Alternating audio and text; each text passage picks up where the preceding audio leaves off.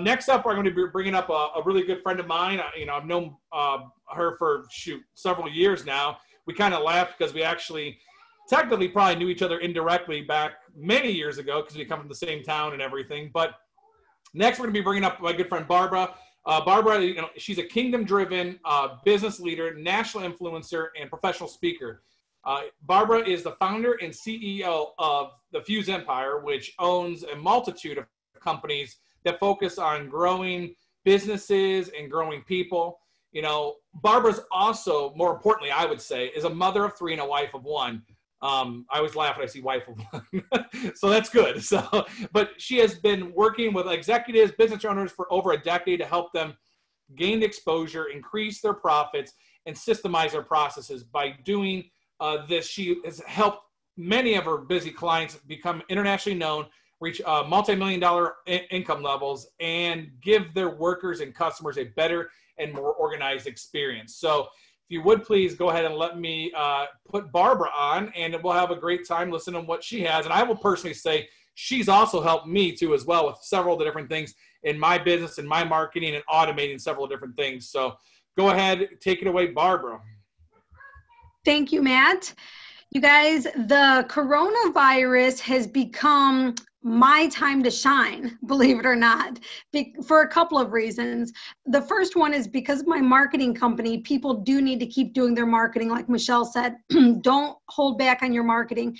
And so my marketing company has exploded in a great way during this time. But all the people who used to always tease me about being so organized and having such great time management skills, those are the people who are coming to me now saying, Barbara, I need help. Please help me to be able to figure out how to do this work at home thing.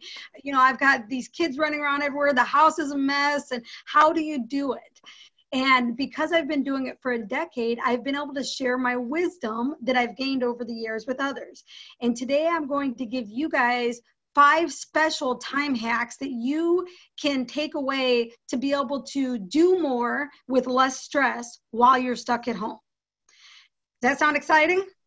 I know everyone's muted, but I'm seeing heads nodding. So I also have a checklist for you at the end of the call that you'll be able to download or print, however you prefer to do your stuff. The first tip that I want to give you is the one that I preach everywhere I go. It is always the number one thing I preach, and it is to schedule. Especially now, you need to have a schedule because you're being invited to so many online events. You're being invited to so many Zoom meetings, so many phone calls. Everything that you are being invited to right now sounds exciting, and sure, it's easy to hit going or interested on a Facebook event or register on Eventbrite, but how many of those are you actually showing up to? So if you put the things on your calendar that you commit to, you are more likely to be there at them and get the value that you've seen firsthand. In fact, I just had an event that I ran, an online event we started about a week ago, and I had 41 people register on Eventbrite the week before, and only about 15 of them showed up. And now the rest of them are showing up a week later, and they're behind because we do training every day. And so then they're reaching out to me feeling like stressed. Well, how do I do this? What should I do? Which order should I do things in? And so that's why it's important to make sure that if you make a commitment, you put it on your calendar so that you don't have to play the makeup game. Otherwise, you end up with like 32 recordings of things that you could have been live at when they recorded, and you could have asked questions while they were actually live. So make sure that you're using your schedule. And I always tell people, put everything on your schedule. You should put your meal times on your schedule, your exercise time, your rest time. Put everything on your schedule because it helps you to see what time you actually have. Before, when we weren't stuck at home, I always said, make sure you put drive time on your calendar. So making sure that you're not just leaving the little things out, because those little things are going to add up and they'll make you think you have more time than you do, which will make you stressed out in the end. So use your schedule and use it effectively and strategically. The second tip is to prioritize. And I'm going to take this right back to all these online events that you guys are being invited to. Every event you're invited to is not going to be good for you. It's not going to be best for you at this particular time. I'm sure they're all great events, but it doesn't mean that it's where you're going right now in your life or your business. So make sure to prioritize where you're spending your time, especially right now. Don't use it as a time to binge watch Netflix and, or just relax for 3 weeks, right? Like, of course it's okay to watch some Netflix and get some rest, but make sure you use this time doing things that are important to you. All the things that you used to have in your mind for, well, someday I'll do that, or, oh, I hope that one day I'll be able to do this. This is a great time for those things. And that takes me to my tip number 3, which is get things done. You guys, you probably have a to-do list that is a mile or 2 long. Most entrepreneurs do. Take this time and get things done. It doesn't have to be just your business stuff. You're stuck at home anyway. So all those projects that are laying around the house that maybe are started and not finished, or maybe they're on a wish list. Excuse me, guys. I know I'm not getting coronavirus. It's okay. So the projects that you have around the house, take the time to do those now. Whether that's organizing your paperwork, decluttering areas of your house, making a big pile of stuff for giveaway or yard sales, whatever floats your boat. And do family projects together. If you have a family and you're all pent up in the house together, how cool would it be for you to take one of those projects and include your entire family and make it a bonding activity? Recently I've been asking my husband Isaac about shelves in our garage. I can't even tell you how long, probably a whole year. And of course he hasn't had the time. And so now that we're stuck at home, I reminded him that he could do that. And so he started cutting the wood for it. And then he went and got our son, James, and was like, James, come here, let me show you how to cut this wood. And I was like, babe, that's a great idea. Could I help too? So he says, yeah. And I come out there to help. And then I realized it was cold out there. So I changed my mind. But, but involve more people if you can. Spouses do projects together, or if you've got kids, have them help you. One of my children just asked for an extra privilege the other day. And so I made a deal with her. If she'd help me file my files that I've been stacking up to file when I get time, then she could have that extra privilege. So I leveraged the fact that we're all stuck here at home anyway. Because if we weren't quarantined, she would be much rather wanting to hang out with her friends than hang out with mom. And so it's been really nice for me to be able to have them stuck home with me. And then the next tip that I want to give you is to stay connected. Michelle put out an invitation to connect with her and have online meetings. In my 30-day training for marketing ideas, I taught on how to use Zoom and how to use Zoom to connect with people one-on-one. And like right now we're doing a group, but you guys can do this one-on-one as well. You can have meetings just like you would if you met someone at a coffee shop or at their office. You can do this right over Zoom, and you should. And so not only should you be staying connected with future people that you might want to connect with, stay connected with people who you have been connected with, especially clients, especially people who you had already been prospecting. Do not stop contacting them because all this happened. Like, make sure that you are in front of the people that you want to hear you. And it doesn't just have to be through Zoom. I also taught a thing at my 30-day marketing ideas for kindness calls. And what kindness calls are is that you just call somebody up randomly on the phone to say, hey, how are you? Is everything okay? Anything you want to talk about? Just checking on you. I'm thinking about you. Super simple calls that take just a couple of minutes, that you let somebody know that you do care about them and that you are still thinking about them, even though you're stuck at home and they're stuck wherever they're stuck, right? Like, we can't see each other, but you're still thinking about them. That's special. And staying connected through your marketing is also important. So as business owners, people need to know that you're still in business. They need to know that you've not closed your doors. And even if you've closed your physical doors, like some of the businesses have had to, you don't have to close your doors permanent, like for like the whole door, right? You've got an online door. You've got an online window. Let's call it that, a window. You've got an online window that you could be like, okay, maybe the door's closed right now, but the window's open. Let me give you stuff and give value, give people something that they can take away, that they can say, you know, this is really helpful. I'm glad that I'm following this person, or I'm glad that I know this person. So whether you're talking one-on-one, in a group, or through your marketing, stay connected with people and give them value while you're connected with them. And serve people rather than sell right now, because people are scared to spend money.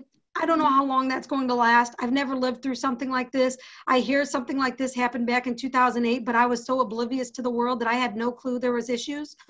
I was all sunshine and rainbows then. In fact, we bought our first house in 2007. And when I heard like the whole market crashing and everyone losing their houses in 2008, and I didn't hear that until like 2015. And I was like, well, why didn't we lose our house? Well, apparently I just didn't know what was going on. But so I don't know how long this will last, but we've got to stay connected, and we've got to make sure that we're giving people value and giving them compassion through this. And then the fifth and last tip that I want to share with you guys today is probably the most important. It is to have fun.